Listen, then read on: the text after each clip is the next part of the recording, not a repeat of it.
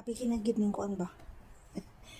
Strategy sa mga atong kabayan, no, kay ang OFW dayon ang targeton, kay kabalo man sila nga ang mga OFW stress ug mopatol gyud na og kung anong sila hilabtan. So nainihagi sa akong world diri sa TikTok nga di ko ganahan mag-share kay dili ko ganahan nga makapasakit og buot sa akong isig ka tawo.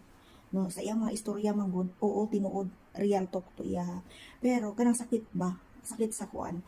Makasakit ta sa ubang tao, makapanghilabot tas ginabuhi kanang murag gipuna bitaw nato nibuki nato ang kaagi kinabuhi sa atong isig ka tawo. Ang entrada niya dito ha, muagi na sa inyong wall.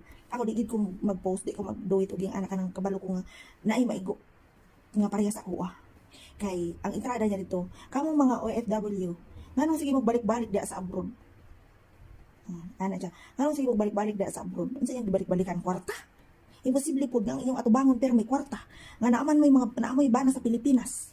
Ana ang iyang kuan ug imong kuan sa kanang balain ka sa iya ha, pero ug imong sabton kung wala nimo gihimo ang iyang gipangyaw-yaw is okay ra. Pero sa iyang mga opinion daghan makuan ba, daghan maigo. Although dili tanan babae diri sa abroad kasi balik-balik lalaki ang gabalikan. Kay nganong magbalik-balik ang ubang OFW diri nga mga babae tungod kay ang kita sa bana dili sa kasarang sa gastuhon sa panimalay, labi na og naa kay estudyante. Kanang na mga college na unsa man kita sa bana. Sa kamahal sa palaliton karon mag-unong jud og na pa may paagi. Parehas ako wa ko'y uli-uli. Real talk niya, wa ko'y uli-uli. Sa kalisod akong naagian. Gusto ko uli nga di na ko mobalik atong kalisod nga nalubong kog utang, naglangoy-langoy kog utang. Loan dito hala. Di ka katulog. Imbis nga good morning ang utag sa imo bad morning kay daghan man nila sayo sa untag busa bitaw iyon ko puslan nga naa ako dire. Di gid mo uli. Nga wa ko'y kasiguraduhan nga unsa ni.